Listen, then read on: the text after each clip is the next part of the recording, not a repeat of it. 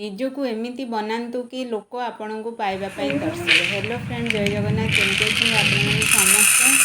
Odia blogger Leena ଚ୍ୟାନେଲକୁ ଆପଣମାନଙ୍କୁ ସ୍ୱାଗତ କରୁଛି। ମୁଁ ଆଶା କରୁଛି ଆପଣମାନେ ସମସ୍ତେ ବହୁତ ଭଲରେ ଥିବେ, ଖୁସିରେ ଥିବେ। ତ ଦେଖନ୍ତୁ, ମୁଁ ନା କାଲି ସକାଳେ ଯାଇକି ଘୁଗୁନି ବନେଇବି, ସେଥିପାଇଁ ଆଜି ପାଖରୁ ହିଁ ପ୍ଲାନିଂ କରିଦେଇଥିଲି। ମାନେ ମଟରକୁ ଭିଜେଇ ଦେଲି ଏବେ। ତାପରେ ସକାଳ ଟାଇମ୍ ହେଇଥିଲା 4ଟା ବେଳେ ହିଁ ମଟର ଭିଜେଇ ଦେଇଥିଲି। ଆଉ ରାତି ସାରା ମୋର ମଟର ବି ଭିଜି ଯାଇଥିଲା। ଆଉ ଗ୍ରୀନ୍ ମଟର ନା ଟିକେ ଭିଜିବା ପାଇଁ ଟାଇମ୍ ନେଉଛି। ତାପରେ ସକାଳୁ ଉଠିକି ଯେଉଁ ସକାଳର ମୋର ବାସି କାମ, ଯେଉଁଟା ବେସିକ୍ କାମ, ସେଇଟା ମୁଁ କମ୍ପ୍ଲିଟ୍ କରିଦେଇଥିଲି। ଘର ଆଜି ସକାଳୁ ଉଠିକି ପୁରା ମାନେ ଓଳେଇକି ପୋଛାପୋଛି କରିଦେଇଥିଲି। ଆଉ ମଟର ବି ଭଲ ଭାବରେ ମୋର ଭିଜି ଯାଇଥିଲା। ତାକୁ 2-3 ଥର ଭଲସେ ପାଣିରେ ଧୋଇ ଦେଇକି ଲୁଣ ଦେଇଛି, ଖଣ୍ଡେ ଡାଲଚିନି ପକେଇଲି, ଆଉ 2ଟା ଆଳୁକୁ ଭଲ ଭାବରେ ଧୋଇକି ତାକୁ କାଟିକି ଦେଇଛି। ଏବେ ଚାଲନ୍ତୁ ମୁଁ 3ଟାରୁ 4ଟା ସିଟି ମାରିବି। ତା ଭିତରେ ମୁଁ ଚାହାଟା ବସାଇ ଦେଇଥିଲି। ଚାହା ବି ହେଇଯାଇଛି ଫ୍ରେଣ୍ଡସ୍, କାରଣ ବ୍ରେକଫାଷ୍ଟ ବନେଇକି ମୋତେ ଜୟକୁ ବି ସ୍କୁଲ ନେଇକି ଯିବାର ଅଛି। ସେଥିପାଇଁ ଆଜି ଟିକେ ମୁଁ ଆଗୁଆ ଉଠିଥିଲି। ମାନେ ସବୁଦିନ ଯେଉଁ ଟାଇମ୍ରେ ଉଠେ ତାଠୁ ଟିକେ ଜଲ୍ଦି ଉଠି ଯାଇଥିଲି। ଆଉ ମସଲା ବି କଷା ହେଇଯାଇଥିଲା। ରେଗୁଲାର ଯେମିତି ମୁଁ ମସଲା କଷେ ସେଇ ଟାଇପ୍ର ହିଁ ମସଲା କଷିଥିଲି। ମସଲା କଷା ହେଇଗଲା ପରେ ମଟର ପକାଇ ଦେଇଥିଲି। ତାପରେ ଆଳୁକୁ ଛୁରୀରେ କାଟିକି ଦେଇଦେଲି। କିନ୍ତୁ ଆଳୁକୁ ନା ହାତରେ ଚାପି ଚାପିକି ପକାଇଲେ ତରକାରୀଟା ପୁରା ମଣ୍ଡ ଟାଇପ୍ର ଧରେ, ଆଉ ବହୁତ ଭଲ ବି ଲାଗେ। ମସଲା ସହିତ ମୁଁ ଆଳୁ ଆଉ ମଟରକୁ ଭଲ ଭାବରେ କଷିଦେଲି। ପାଣି ଦେଇଛି ଫୁଟିବା ପାଇଁ। ଆଉ ମସଲା ଡବା ଗୁଡ଼ାକ କାଲି ମୁଁ ଧୋଇ ଦେଇଥିଲି ଫ୍ରେଣ୍ଡସ୍। ଏବେ ଯାଉଛି ମୁଁ ଭରି ଦେବି ମସଲା ଡବାରେ ମସଲା ଗୁଡ଼ାକ। ଆଉ ଜିରା ଅଲରେଡ଼ି ଥିଲା, ସେଥିପାଇଁ ମୁଁ ତାକୁ ଖାଲି କଲିନି। ଆଉ ଜିରା ଡବାଟା ବି ମୋର ନିଟ୍ ଆଣ୍ଡ କ୍ଲିନ୍ ଥିଲା ଫ୍ରେଣ୍ଡସ୍। ତ ହଳଦୀ, ଲଙ୍କାଗୁଣ୍ଡ, ତାପରେ ଧନିଆ ପାଉଡ଼ର, ଜିରା ପାଉଡ଼ର, ଯାହା ବି ମୋ ହାତ ପାହାନ୍ତାରେ ଅଛି ତାକୁ ଏବେ ମୁଁ ଭରିଦେବି। ବାସ୍ ମସଲା ଡବାଟା ଯଦି ଭରପୁର ହେଇକି ରହିବ ସୁନ୍ଦର ଲାଗେ ଦେଖିବା ପାଇଁ। କିନ୍ତୁ ମୁଁ ଏତେ ଭରୁନି, କାହିଁକି ନା ମାଆ ପୁଅ 2 ଜଣ ଆମେ ରହୁଛେ ନା, ତ ଏତେ ମସଲା ବି ଦରକାର ପଡ଼ୁନି। ସେଥିପାଇଁ ମୁଁ ଭରିଲିନି। ଆଉ କିଛି ଏମିତି ରବର ଥିଲା ଯେ କି ମୁଁ ନା ଗୋଟେ ଜରିରେ ପୂରେଇକି ରଖିଥିଲି। ଭାବିଲି କି ଛୋଟ ଯେଉଁ ମାଟିର କପ୍ ଟାଇପ୍ର ଅଛି ସେଇଟା ମୋର ଖାଲି ଅଛି, ତ ଜରିଟା ରହିଗଲା ବେଳକୁ ଥାକରେ ଭଲ ଦେଖାହେଉନି। ସେଥିପାଇଁ ରବର ଗୁଡ଼ାକୁ କାଢ଼ିକି ମୁଁ ଏଇଥିରେ ରଖିଦେଲି। ବାସ୍। ଆଉ ଏଇ ଥାକଟା ବି ମୁଁ ପୁରା ଯେଉଁ ଡିପ୍ କ୍ଲିନିଂ କରିଥିଲି ସେ ବ୍ଲଗ୍ ବି ଆପଣଙ୍କ ସହିତ ମୁଁ ସେୟାର କରିବି।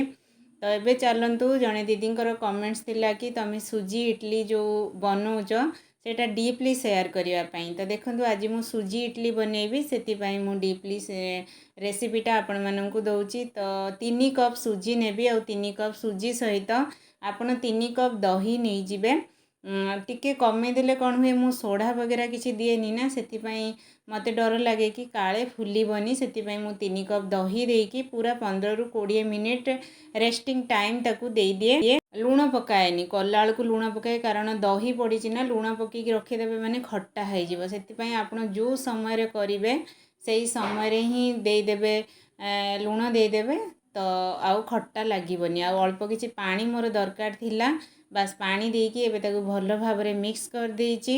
ତାକୁ ଏବେ କଭର୍ କରିଦେବା 15ରୁ 20 ମିନିଟ୍। ଆଉ ଯଦି ଅଧିକ ଟାଇମ୍ ରହିଛି 25-30 ମିନିଟ୍ ଆପଣଙ୍କ ପାଖରେ, ତାହେଲେ ଆପଣ ଭଲ ଭାବରେ ଏବେ ହେଇଯାଇଥିଲା ଫ୍ରେଣ୍ଡସ୍। 15ରୁ 20 ମିନିଟ୍ ହେଇଯାଇଥିଲା। ତା ଭିତରେ ମୁଁ ଗାଧେଇ ପାଧେଇକି ଠାକୁର ପୂଜା ବି କରିଦେଇଥିଲି।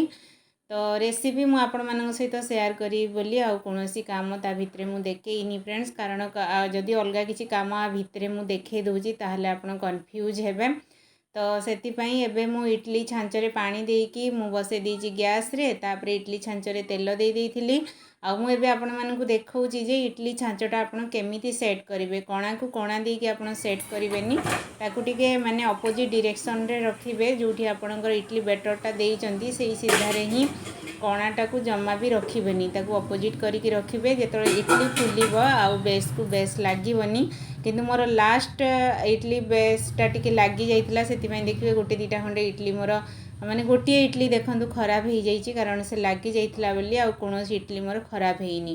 ଆଉ ବହୁତ ବଢ଼ିଆ ସେ ଫୁଲିଛି, ଦେଖନ୍ତୁ ସ୍ପଞ୍ଜି ହେଇଛି। ହଲୁଛି ମାନେ ଇଟଲିଟା ଆପଣ ହଲେଇକି ଦେଖିବେ, ଯଦି ହଲିଲା ବହୁତ ସଫ୍ଟ ହେଇଥାଏ ଇଟଲି। ଆଉ ଯଦି ମାନେ ଓଜନ ହେଇଯାଇଥିବ, ହେଭି ହେଇଯାଇଥିବ, ନିଦା ହେଇଯାଇଥିବ, ସେ କେବେ ବି ହଲିବନି, ପଥର ପରିକା ରହିବ।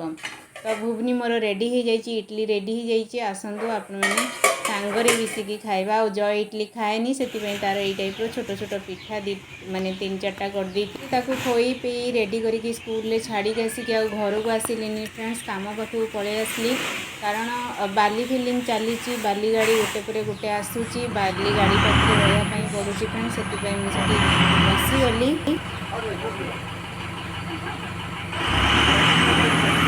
से पटा दबीगला काम स्टार्ट है हजबैंड को छुट्टी कंप्लीट हो गला माने छुट्टी पूरा हो गला हजबैंड पड़ेले तो यही टेंशन रे ना मु बहुत माने चिंता करी ना बहुत स्ट्रेस रे आसी जाइथिली आ ओरिड भी हो जाइथिली एकुटिया केमती कौन करी मैनेज करी पारिबी न करी पारिबी किंतु एठी गोटे सीख मते मिलिला आ सेही सीखटा मु आपण मानक सहित शेयर करूची कि चिंता करिबा ना छाड़ी दियंतु मु जेतिकी चिंता करथिली किंतु लगभग मोर सब काम आराम से हो जाउची आ आगु को हो जिवो मध्य तो से आपण ना जेबे चिंता करवा छाड़ीदेवे सेबे जाइए आपण कम आपण सक्सेस हो पारे आ 100% माने दे पारे जदि आपण चिंता करेंगे बसिकी ताहले जानीजे कि एबे मोर चिंता करवा शेष होइनी माने मो काम करि परिबिनी आ गोटे पॉइंट हूँ एतिकी मन रखिए कहीं भी आपण साथ केबे देई नहांती कि देबेनी निजपाई निजको लड़ाई करने पड़ो और निजको संभालवा पड़ो ताहले जाइए आपण माने आपण दुनिया को जीति पारिबे। तो फ्रेंड्स देखंतु बाली फिलिंग मोर चली बाली फिलिंग हो गला जेतिकी समय करवा कथा से माने करिकी पड़ेले तापर ये झिपझिप वर्षा होता फ्रेंड्स मु रेनकोट पिंधिकिना खाली जगह गुड़ा जो थिला जो जगार मोर बाली फिलिंग्स हो नथिला से जगह गुड़ाक भितरे ना जो भंगा इटा पत्थर ये सब जिनस पड़ी तो मु भाविली जाऊँगी से जिनस गुड़ाक सब उठे काली बाली फिलिंग हम आउ बाली ट्रक जितेबाला जगह भितर को पशुची वर्षा दिन ना रोड दबी जाऊँगी तो ये देखो भंगा इटा पत्थर उठे रखी ताकू नहीं रोड रे सब पकईदेवी आउ रेनकोट पिंधि जो काम करूली बहुत गरम है मुझे झिपझिप वर्षा बरং ओधा होगी करी किंतु रेनकोटा काढ़ी दिए ये रेनकोटा काढ़ी रखी फ्रेंड्स आउ वर्षा भितर जगह गुड़ा पूरा कादुओ हो जाइए मो गोड़ पूरा पोती होगला से जोता को खोलिकी उपरे रखी खाली पादरे से गुड़ा सब उठे उठा कि रखिली देखंतु एतिकी इटा और भंगा इटा पत्थर ये सब जो जगार मोर बाली फिलिंग हो नथिला से जगार उठेकी रखी थी तापरे गोड़ हाथ धोईकी घर आसिकी जयर माने छुट्टी टाइम हो जाइथिला जय को स्कूल आणिक आसला परे ना मु बिरियानी नहीं आसती कारण आज फुल टाइम मोर काम पाखे देइथिली घर को खाली ब्रेकफास्ट खाइबा 10 मिनिट आसती बास खाईदेकी फिर जाइथिली रोषेई करने मते आज समय मिलानी से जय को जो स्कूल नहीं कि आसिली से बिरियानी नहीं आसती लंच टाइम ऑलरेडी हो जाइथिला फ्रेंड्स फिर घरे आसी केतबेले रोषेई करी तो चलतु फ्रेंड्स आज ब्लॉग मुझे एंड कली आशा कर ब्लॉग आपण मानक भल लगी जदि भल लगी गोटे लाइक करेंगे शेयर करेंगे कमेंट्स देवाई बिल्कुल भूलें आउ जदि मो चैनल टी आपण मानक बहुत भल लगी प्लीज सब्सक्राइब करदे रही बाय बाय।